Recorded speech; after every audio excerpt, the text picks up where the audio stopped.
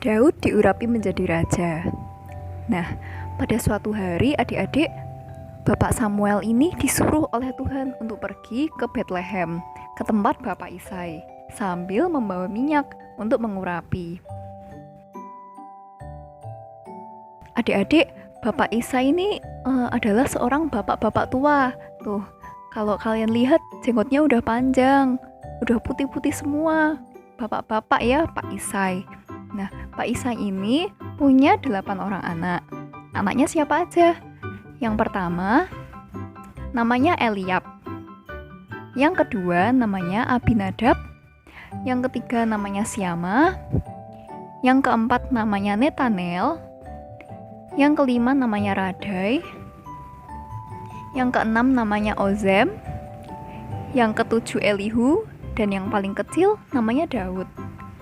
Nah, Daud ini itu anak Pak Isa yang paling kecil, adik-adik. Pipinya kemerah-merahan, matanya indah gitu ya, cakep. Daud ini pekerjaannya mengembalakan kambing domba, adik-adik. Nah, ini adalah anak Pak Isa yang namanya Elihu tadi. Jadi Pak Isa punya 8 orang anak dan Daud adalah anaknya yang paling kecil. Nah, Bapak Samuel ini bingung, adik-adik. Caranya gimana, Tuhan? Aku takut dimarahi oleh Raja Saul, karena saat itu yang menjadi raja adalah Raja Saul. Tuhan pun berkata, "Bawalah seekor lembu muda, bilanglah aku datang untuk mempersembahkan korban untuk Tuhan. Lalu, undanglah Pak Isai. Nanti aku akan menunjukkan padamu siapa yang akan jadi raja." Nah, Pak Samuel nurut, adik-adik. Akhirnya Pak Samuel melakukan sesuai perintah Tuhan, dan sesampainya di Bethlehem, ia menguduskan Isai dan anak-anaknya. Akhirnya satu persatu anak-anak Isai lewat di depan Samuel. Yang pertama, Eliab. Bukan ini orangnya. Yang kedua, Abinadab. Bukan ini orangnya. Yang ketiga, Syama.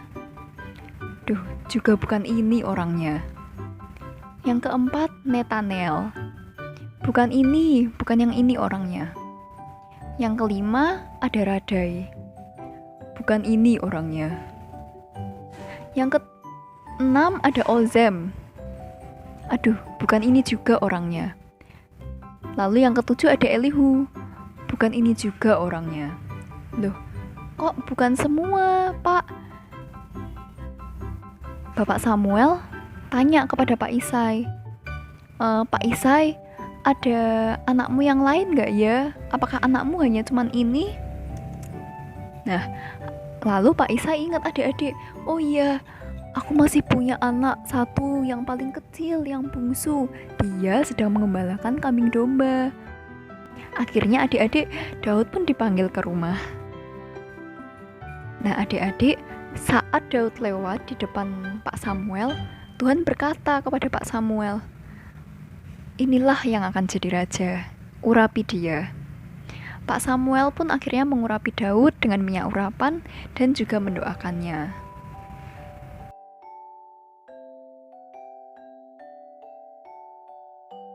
Sementara itu, adik-adik, Raja Saul tidak lagi dilindungi oleh roh Tuhan.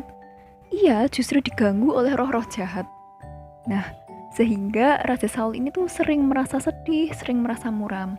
Akhirnya salah satu hambanya berkata, "Tuan, gimana kalau Tuan menyuruh hamba-hamba lain di sini untuk mencari seorang pemain kecapi yang handal, sehingga Tuan nanti merasa nyaman?" Nah, begitu katanya. Nah, Raja Saul pun setuju, adik-adik. "Oke, baiklah, carikan aku seorang pemain kecapi yang handal." Tiba-tiba, seorang hamba yang lain berkata kepada Raja Saul, "Aku tahu seorang pemain kecapi yang handal. Ia anak Isai dari kota Bethlehem. Ia pandai bicara, juga cakep rupanya." Raja Saul pun segera menyuruh hambanya untuk memanggil Daud. Akhirnya Daud diundang ke istana, adik-adik. Nah, sebelum itu, Pak Isai, ayah dari Daud tadi, menyiapkan seekor keledai dan juga memuatinya dengan roti. Jadi rotinya ditaruh di atas keledai itu, Lalu ia juga menyiapkan sekirbat anggur atau sebutan gampangnya sekantong, dan juga seekor anak kambing untuk dibawa oleh Daud kepada Saul. Akhirnya Daud pun menjadi pelayan Saul sebagai pembawa senjata. Nah, adik-adik, setiap kali Saul dipenuhi oleh roh jahat, Daud akan memainkan kecapi hingga Saul merasa nyaman. Dan roh jahat itu pun pergi dari Raja Saul.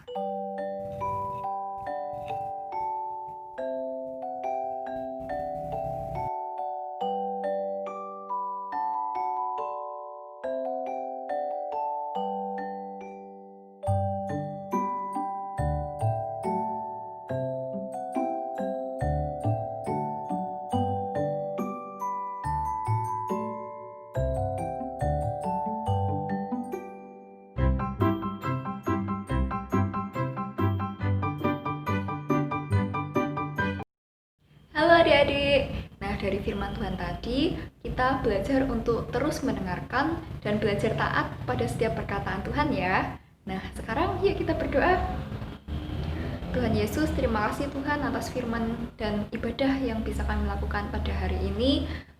Kami mau Tuhan menjadi anak-anak yang terus taat dan setia mendengarkan setiap apa yang Kau katakan Tuhan. Terima kasih Tuhan atas hari ini. Hanya di dalam nama Tuhan Yesus kami berdoa dan mengucap syukur. Haleluya, amin. Terima kasih, Tuhan Yesus memberkati.